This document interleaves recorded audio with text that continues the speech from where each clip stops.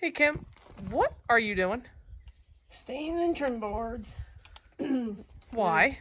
So I want you to turn around and look at the house for a second. And notice around our windows, there's no trim of any sort. Well, there's a piece of trim. Well, kind of, but not really. So watch yourself as you come here. The reason we're doing this, Trina's going to zoom under here and show you. This window is not seated all the way to the board. So look at that giant gap. I can't imagine how much heat we may have lost out of here.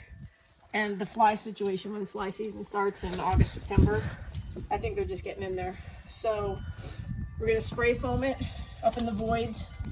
The sides seem okay. I don't know if the top looks like the top's probably the same. We'll caulk the top for weather, whatever. But then the boards will go up. What is this? A 1x4. 1x4s. 3.5. So it'll go frame it all the way around every single window in the house so that we can try to save more heat. It's crazy. So, and then the other thing we did is down here at the bottom. This is all new. This is Trex. Oh, I got my pants. Dang it.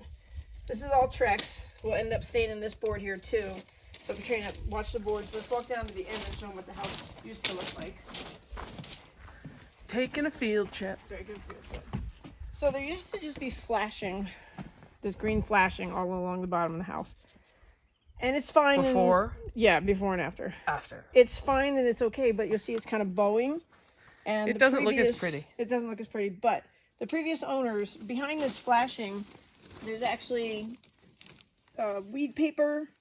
Then there's like a 2x4. Looks like a fencing. Fencing, and then there's a small 1/2-inch mesh fencing under there too to keep critters from getting underneath the house. So we did this all across the front of the house last year before winter because the wind comes directly at us, and it cut down on the wind going in under the house because, as we've said before, we thought we bought a house that was on a cement slab, and it's not. It's actually built up.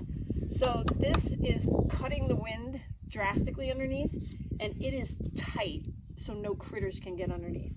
Because when we actually moved in, we had an issue with our bathroom water, and they chewed right through a PEX line. Like literally, like it was a 2-inch gnaw straight through the PEX line. And all you could hear was the water line, obviously. And every time you turned the water on, the water was just running under the house. Just so we addressed that last fall and got that taken care of. But now these are the projects we're working on currently to get the windows all insulated better. We had no idea that there was that giant gap under there.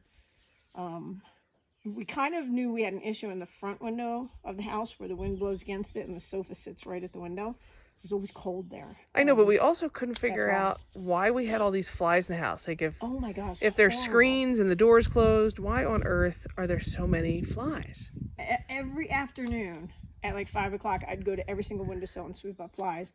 And we fed them to the chickens, which was fine, but it was gross. Like there were a ton of flies. So anyway, that's what we're doing. We're working on the trim for the windows, and then we're going to do some staining on these boards. So this trim board on the bottom here. Welcome to Trim Central. Yeah, but then everything, man, we're trying to get this house buttoned up for next year. So that our winter is a little easier next year. But that's what we're doing today. So, trim board mania. All right. Anybody wants to come play, feel free. All right, back to work. See ya. Bye from the homestead.